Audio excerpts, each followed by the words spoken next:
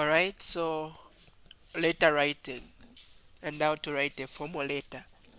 So we know when you are writing a letter, any kind of writing, like just anything that you get to write, the purpose of any writing is to communicate. Okay, writing is one tool of communication. There are basically four tools of communication. We've got writing, listening. Okay, I've got also speaking. So these are tools of communication. These are tools of communication. So for you to be able to communicate well in writing, you need to make sure that you get to understand the rules of the language. Because as you get to write, you need to be able to make sure that you get to follow those rules. Because if you don't follow them, one thing is going to mean a different thing in one language and it to mean another thing in another language. So that is why you need to make sure that you get to understand what is the rule. So even in writing, you need to understand the British style of writing and the American style of writing. For example, you are going to write these two words. You have got color and color like this. So both spellings are correct. But as you get to write, you need to understand what style of writing are you getting to use. So when you see you write color, there is a U here. This is British. And when there is no U, there is just O. This is American. So even as you get to write, you need to make sure that you are consistent. When you're writing using American writing or American style, maintain that. Now, a formal letter is a letter that is written for business purposes mostly. Okay, so because of that, you are going to make sure that you go straight to the point. Okay, in a formal letter, you go straight to the point. In other words, you need to be straightforward.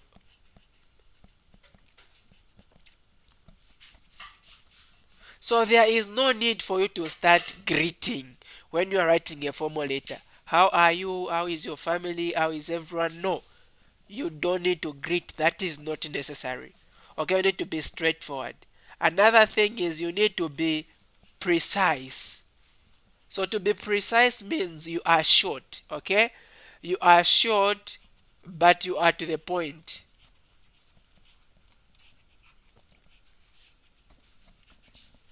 So if you want to say something, just say it direct. Don't use a lot of sentences, a lot of words just to bring out a word. So make sure that you are short, but you are direct to the point that you want to bring out. Okay, I want this job. Don't you start saying, no, my father also had such a job. I'm actually good. I'm the one who was the first one to start working. That is not necessary. Go to the point. If there is any need for you to mention anyone to support you, you are going to mention them as a referee. We call them referees.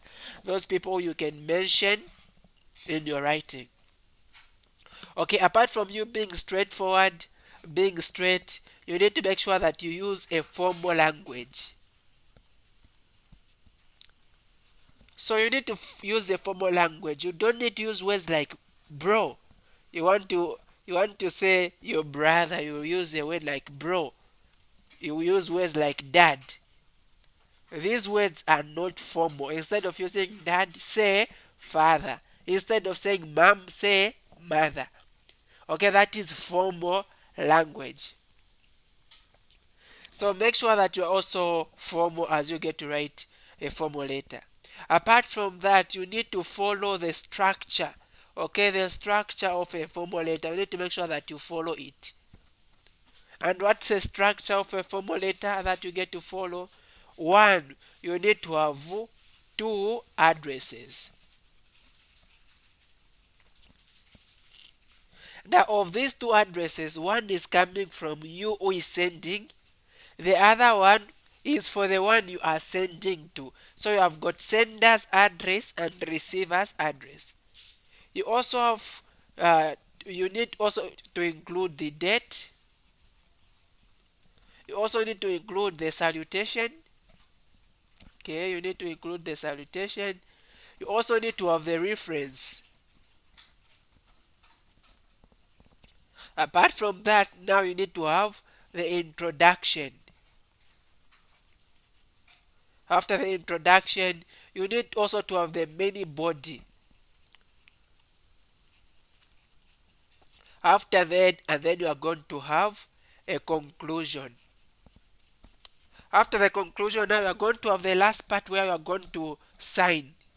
Okay, I got to have that last part where you get to sign and then write also your name. Now, how do you get to follow this structure as you get to write a formal letter? Because you need really to understand the structure of a formal letter.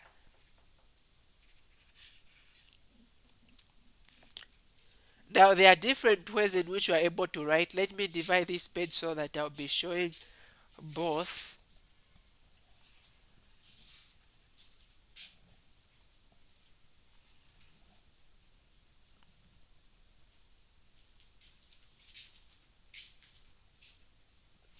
Okay, so as you get to write a formal letter, the first thing that you are going to write is the address where you are sending the letter to.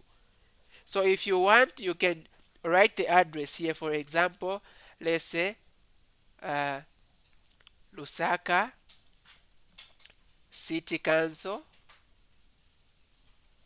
You are going to put a comma, and then you say PO Box.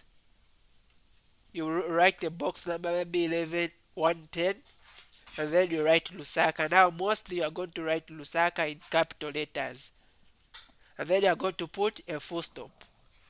You are going to leave one line. Okay, you leave one line, and then you write a date. Let's say it is 7th March. Now you need to make sure that you write it in full. Don't write like 7 instead of writing March. You write 03 and then no, don't write that. So 7th March, maybe let's say 2023, and then you put again a full stop. After that, you now come this side. Okay, let's say you are writing to the manager, so I'm going to say the manager. Just to be smart, you are going to leave one line and then you put a comma. Okay, you put a comma. Now, this address you've written here is coming from you, the one who is writing this letter. So that is your address. And then you say the manager. Where are you writing? Maybe let's say you are writing to uh, let's say you are writing to a certain company. Okay, this is Lusaka City Council, and then you are writing to a certain company, so you are going to write the address of that company. Okay, so you say the manager because you are writing to the manager of that company. The manager, let's say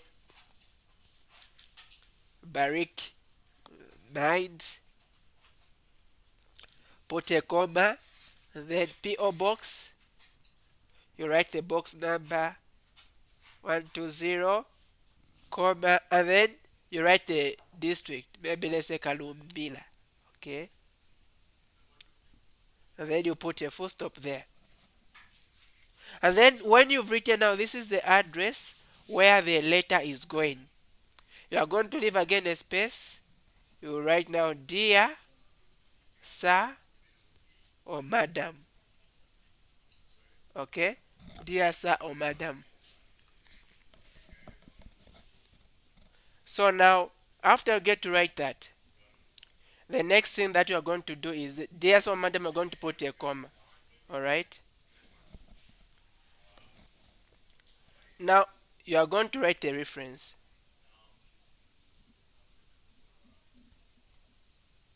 Okay. So you are writing the reference. Why are you writing this letter? Now, when you write that reference, when you get to write it in small letters, you're going to underline it. Okay? Like whatsoever, maybe you are applying for a job or something, or just want to communicate a message. When you have written your reference in small letters, underline it. But if you've written it in capital letters, you don't need to underline. Alright? Is this okay?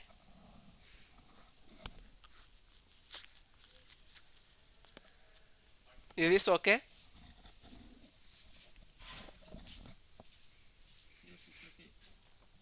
Okay, another format, instead of you writing the address here, you can put actually the address here. You write Lusaka, everything here, PO Box 1200, and then you write Lusaka. Okay, after then you put a full stop. Here you should be putting commas after you write. You put a full stop there. And then you are going to leave one line and then you write again the date. 7th March 2023. Okay, full stop. You're also going to leave a space and then you come and say the manager, comma, you write the address where you are sending now.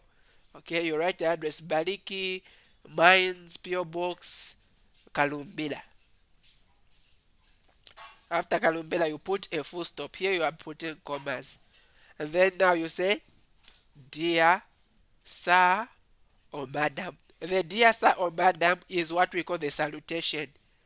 And then now after that, you are going to write your reference. When you write it in capital letters, don't underline. When you use small letters, make sure that you underline. And then after you are done with that, now you can go into the letter itself. Okay, you start now writing paragraphs. So I'm going to start with the introduction.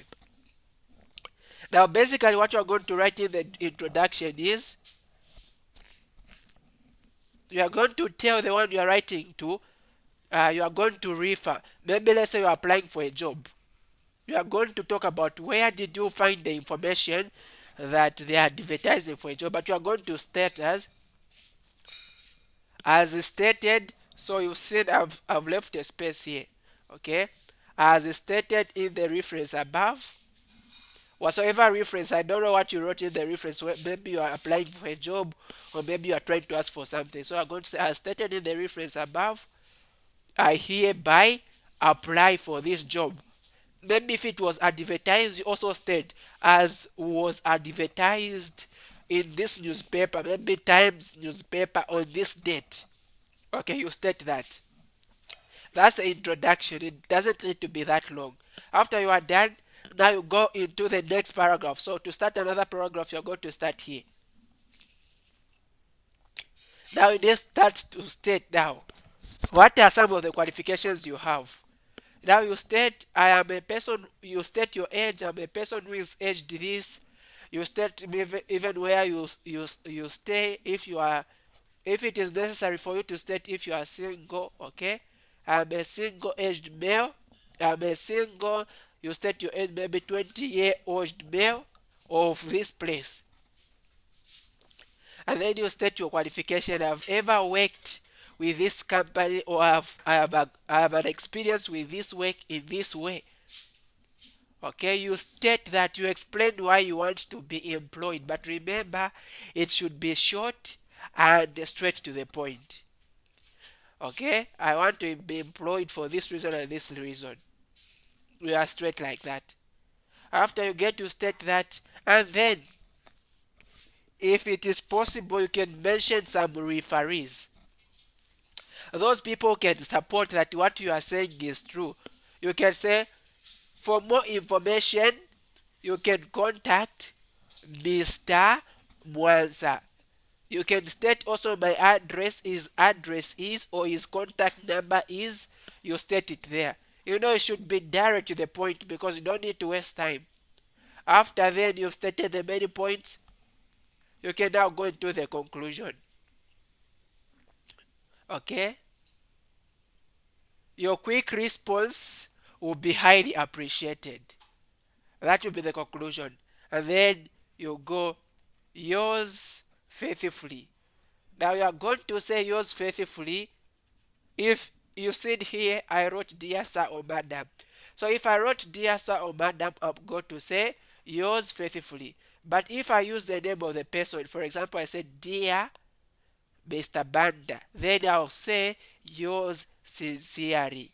Okay, after yours faithfully, I'm going to write my name. First, I'll leave a space, okay, and then I'm going to write my name in capital letters. Usenge Mwanza. Here, this is where I'm going to sign, okay. After else faithful, I'm going to put a comma, and then I'll leave a space for signing, Musenga, and then I'm going to put even a full stop there. So that will be the general format of a formal letter. That is how you get to write it.